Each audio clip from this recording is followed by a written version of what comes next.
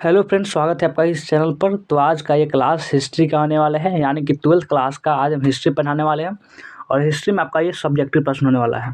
Subjective प्रश्न, objective प्रश्न वैसे करवा दिए हुए हैं, आप हमारे चैनल पर जाकर देख सकते हैं। और चलिए आज हम सब्जेक्टिव प्रश्न पढ़ाने वाले हैं, जो कि इंपॉर्टेंट बहुत ज़्यादा होगा, सिर्फ वही करवाएंगे।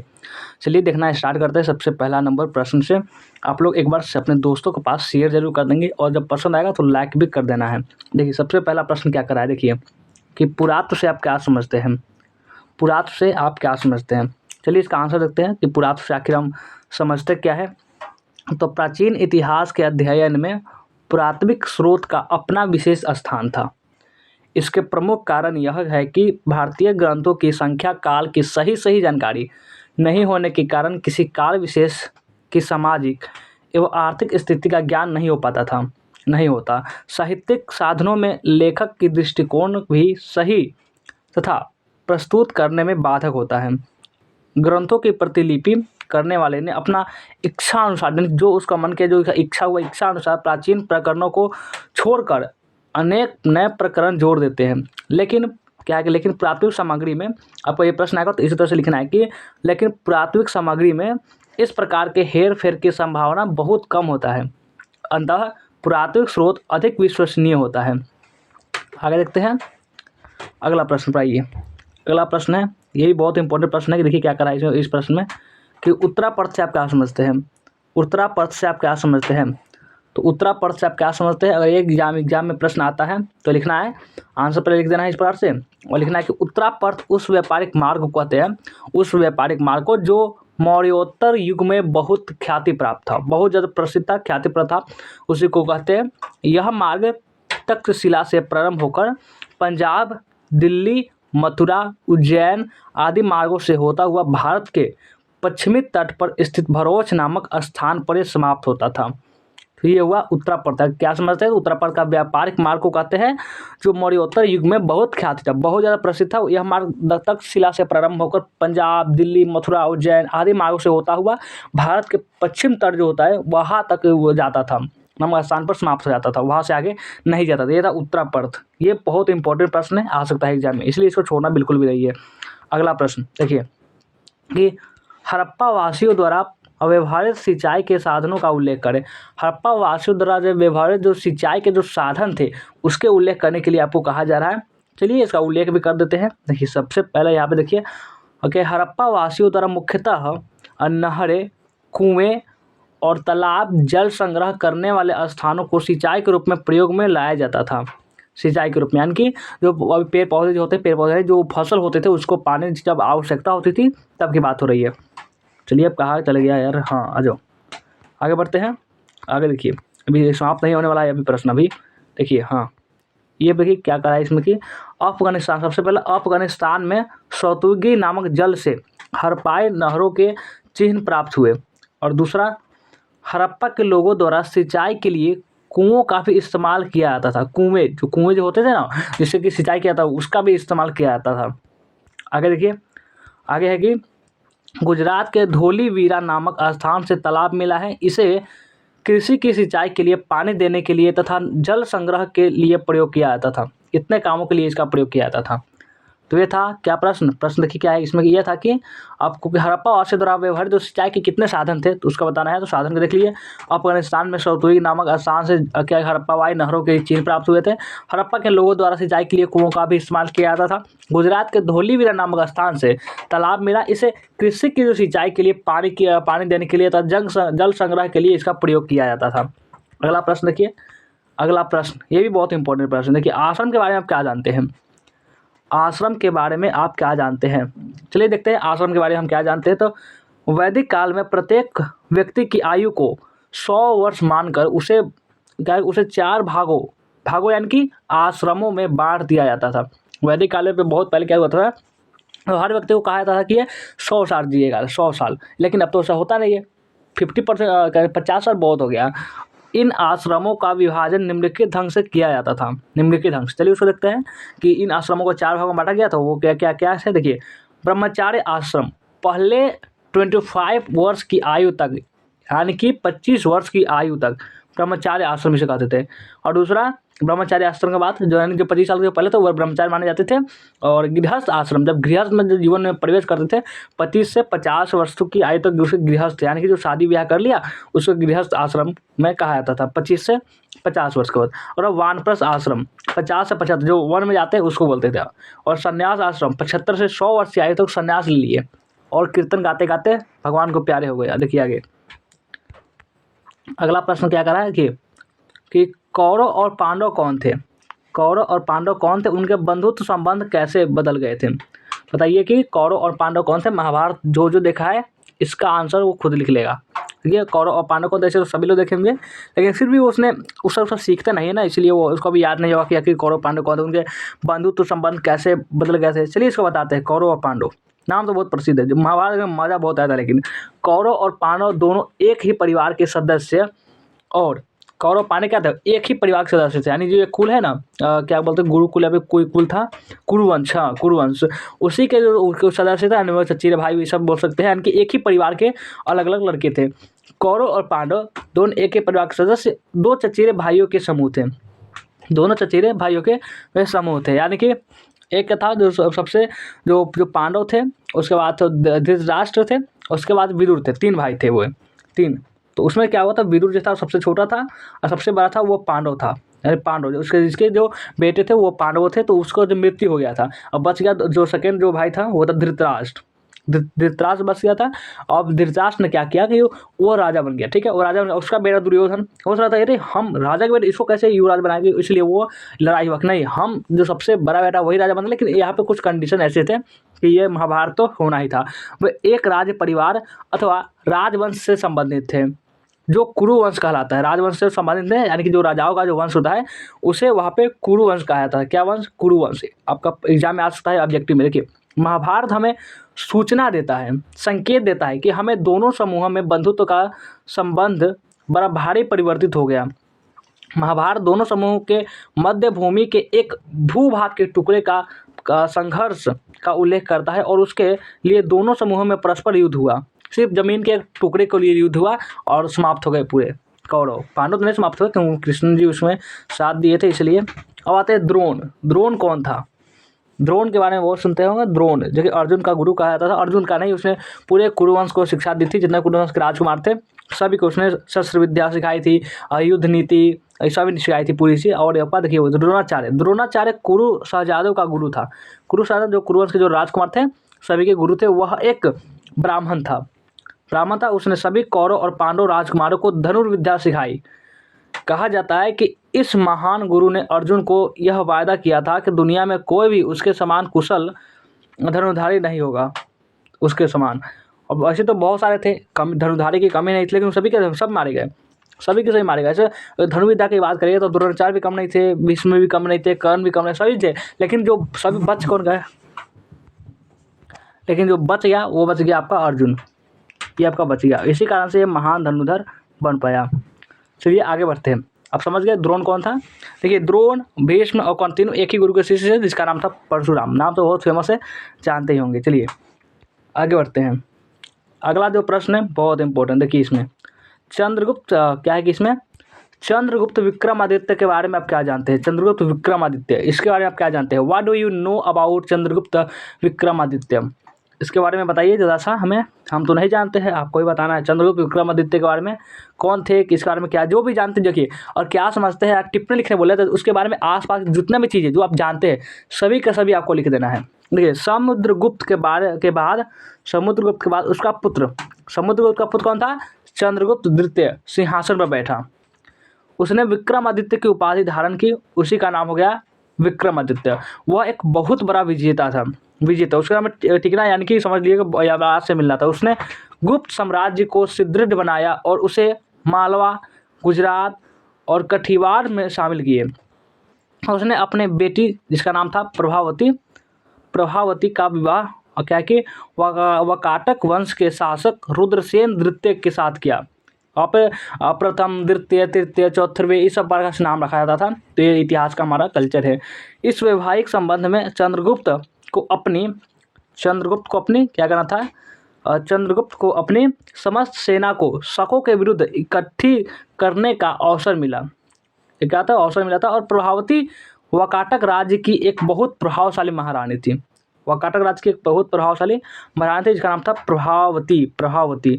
चंद्रगुप्त द्वितीय कई नए प्रकार के सिक्के जारी किए, बहुत प्रकार के सिक्के।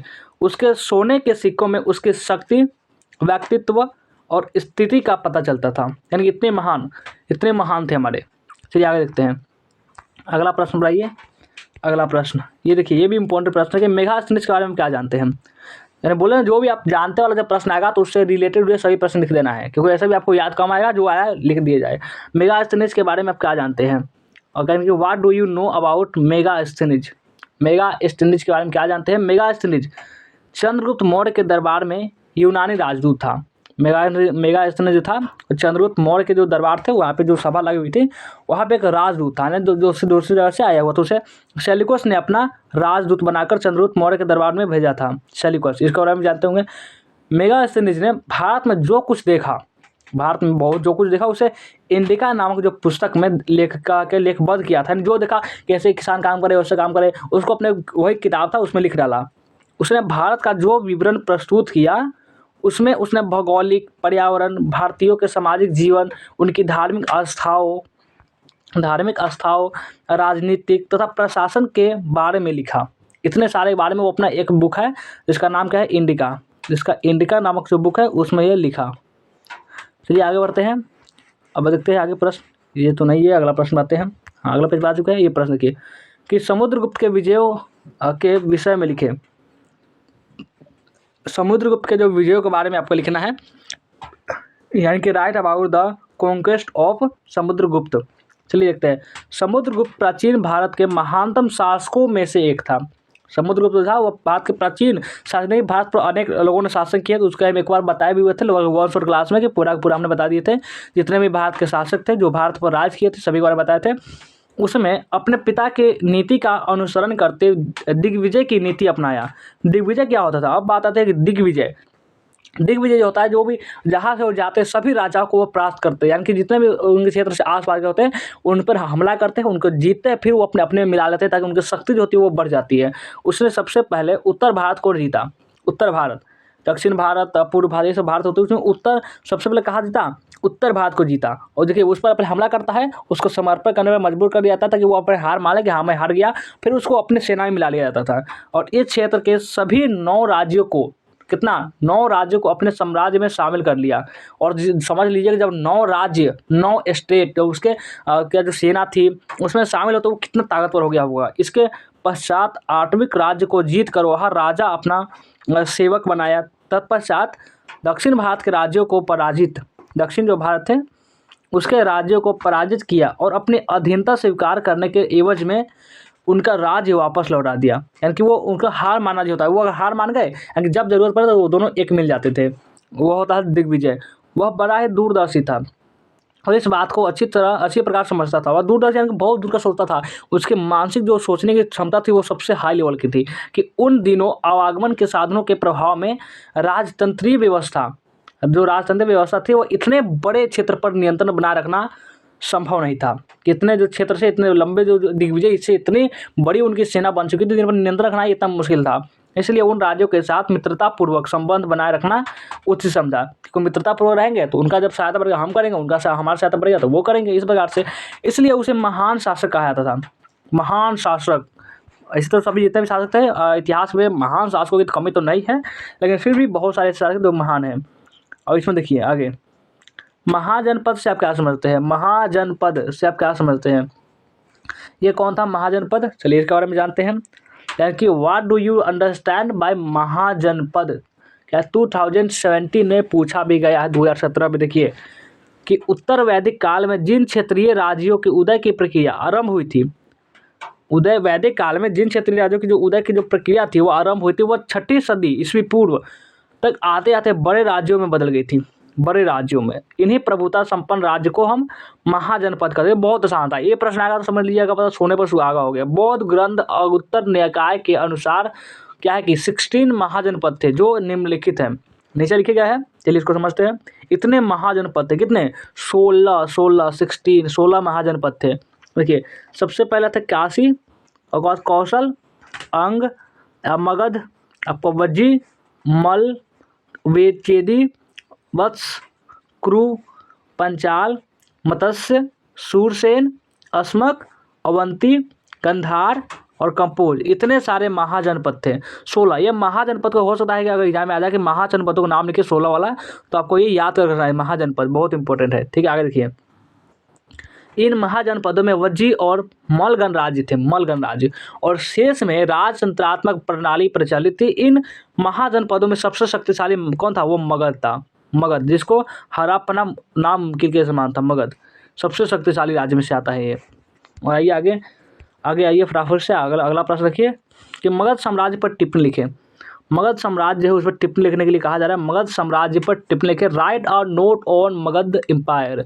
एम्पायर का मतलब होता है साम्राज्य, ये आपका इंग्लिश पढ़ेंगे तो समझ ही जाएंगे। देखिए, मगध एक बहुत प्राचीन तथा शक्तिशाली महाजनपद था। मगध, अभी उसके बारे में चर्चा हुआ है तो ये बताने की उतना आवश्यकता है नहीं कि मगध एक बहुत प्राचीन, पुराने तथा शक्तिशाली, पावरफुल महाजनपद था। इसमें दक्षिणी बिहार के वर्तमान पटना तथा गया जिले सम्मिलित थे। इसमें 6ठी और 4ठी शताब्दी ईस्वी पूर्व के बीच के काल में यह महाजनपद बहुत शक्तिशाली बन गया। इस राज्य की स्थिति अधिक दृढ़ होने के विशेष कारण थे इसकी प्राचीन राजधानी जो राजगीर थी। राजगीर के इर्द गिर्द पहाड़ियाँ थी। राजगीर के जो इर्द गिर्द क्या थे? वह पहाड़ियाँ थी जो इसके प्राकृतिक रूप से रक्षा करती थी। यहाँ की भूमि बहुत उपजाऊ थी, इसे बहुत कुछ उपजता था, अच्छी खासी फसल यहाँ पे देखने को मिलती थी। गंगा और सोन नदियों में नौकाएं जो होती है, जो छेप कर दिखाते, एक का जो घाट से दूसरे घाट पहुंचाया जाता है, जो नौकाएं होते हैं द्वारा यातायात की सुविधा में मगध की समृद्धि का कारण थी। जो तभी इतने समृद्ध, जो शक्तिशाली, जो एक तरह से महाजनपद था, वह मगध बन चुका था, जिसके कारण व्यापार में वृद्धि हुई। इसके अतिरिक्त यहाँ लोहे की खाने में स्थित थी, जहाँ से कृषि यंत्र तथा हथियार बनाने के लिए लोहा आसानी से क्या किया जाता था? आसानी से उपलब्ध था, या उपलब्ध करा भी दिया जाता था अगर नहीं होता था तो। परंतु प्राचीन बौद्ध तथा जैन विद्वानों ने इस महाजनपद की शक्ति का कारण कुछ लोगों के व्यक्तिगत गुण बताए थे कि कोई ईसा यहाँ पे ऐसे लोग हैं ना, इसी कारण जो मगध है इतना शक्तिशाली साम्राज्य बन चुका है। बिंबिसार, अजातशत्रु, महापदनंद, कुछ ऐसे व्यक्तियों के नाम हैं जिन्होंने अपने मंत्रियों के सहयोग से, इनको जो विशेष मंत्री आते थे वो सलाह लेते थे, कोई भी काम यार कि युद्ध नीति सीखना तो बात छोड़ दीजिए, युद्ध नीति समझना है, उसको कैसे इंप्लीमेंट करना है, तो वो सब चीज़ समझते थे। अपने मंत्रियों के सहयोग से साम्राज्यवादी नीति को वे लागू किया। ये था प्रश्न। अगला आइए, अगला जो प्रश्न है ये भी इंपॉर्टेंट है कि अशोक ने क्या है इसमें, और प्रश्न तो मजेदार है कि अशोक ने बौद्ध धर्म के प्रचार के लिए क्या कार्य किए।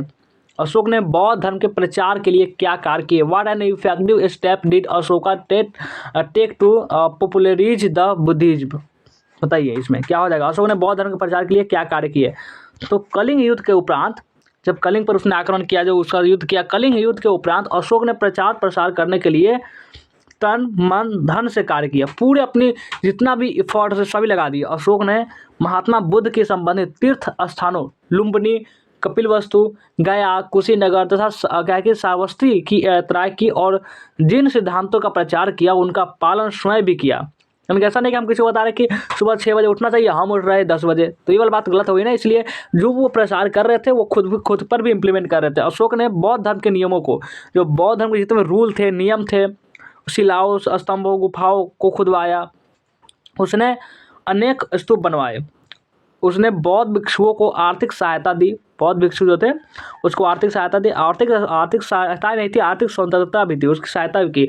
बौद्ध धर्म की आंतरिक फूट को दूर करने के लिए पाटलिपुत्र में बौद्धों की तीसरी संगति का आयोजन भी किया।